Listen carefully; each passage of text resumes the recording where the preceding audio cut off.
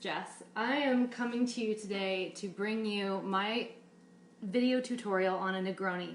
It's one of the few things I know how to do by heart, and because we're not going to restaurants and bars anymore, it's nice to have a cocktail you can make and enjoy at home. And I was inspired to do this by Heather McCarthy because she posted a video of Stanley Tucci, who I love, but he made a Negroni and he made it incorrectly. So, hi Heather! So I want to make it in the way that I think it should be done. Okay, so you'll need 3 spirits. It's a very spirit-forward drink. It's a little bit bitter, but it's one of my favorites.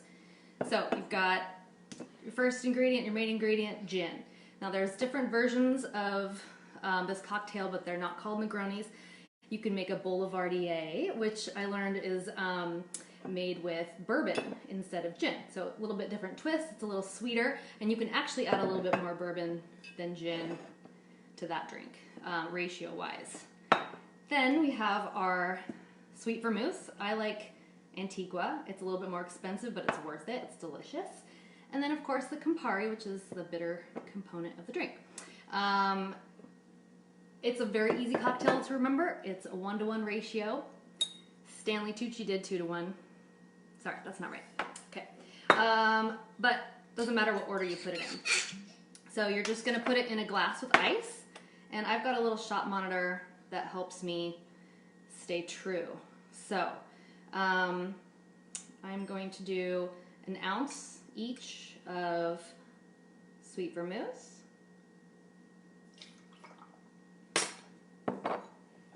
gin, and I like to use Bombay Sapphire, just my preference, because it's a pretty juniper forward gin and I love it.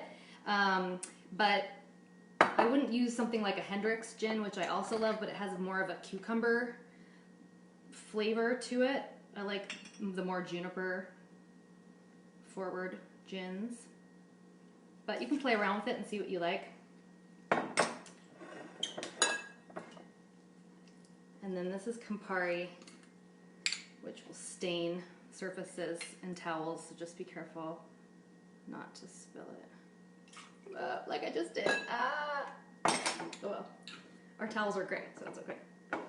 Alright. And then the other thing that Mr. Tucci did that is incorrect is he shook his drink.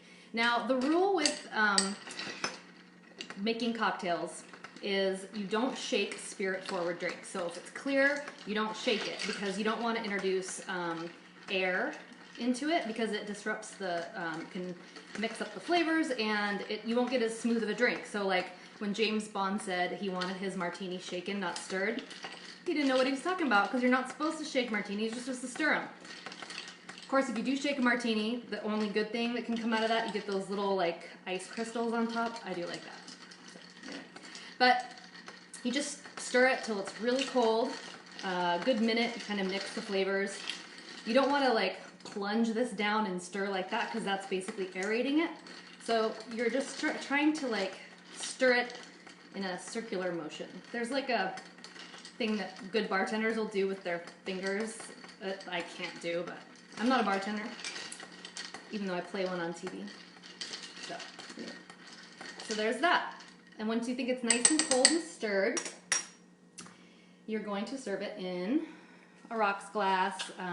You can do just like a bunch of ice. I like these square cubes.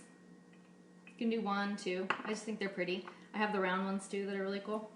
And then you just pour it over ice because the drink actually gets smoother and better with a little bit of water.